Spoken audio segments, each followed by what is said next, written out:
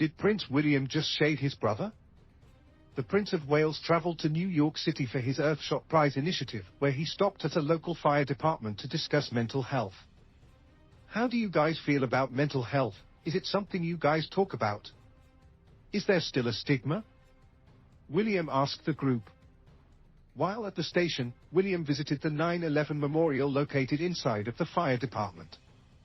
When I started in 1993 to now, it's an incredibly different atmosphere, civil servant Drew Kane told William. What do you think was the turning point when it became more normal for the guys to talk about it? The Prince of Wales asked. Kane told him that the terrorist attack shifted how the team viewed mental health. The stigma was reduced by the monumental event of 9/11, Kane explained, adding that the tragedy was so overwhelming that we didn't know how to cope.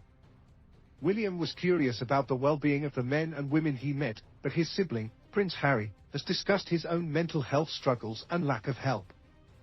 Although Harry claimed in spare that William urged him to seek counseling after serving in Afghanistan, his recent docuseries, Part of Invictus, paints a different picture. The biggest struggle for me was no one around me really could help. I didn't have that support structure, that network, or that expert advice to identify what was actually going on with me, the Duke of Sussex confessed. I was unable to cry, I was unable to feel. I didn't know it at the time, Harry explained. And it wasn't until later in my life at age 28, there was a circumstance that happened, that the first few bubbles started coming out. Then suddenly it was like someone shook it and it went poof. And then, it was chaos, Harry continued. Harry later said that he made a conscious decision to get better and heal from his trauma. I've gone from nothing to everything. And I now need to find myself, get a glass jar, put myself in it, leave the lid open, Harry added.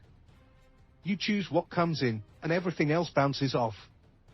During the time he was promoting his memoir, Harry hosted a live event with trauma expert Dr. Gabor Mate, where he was candid about his grief.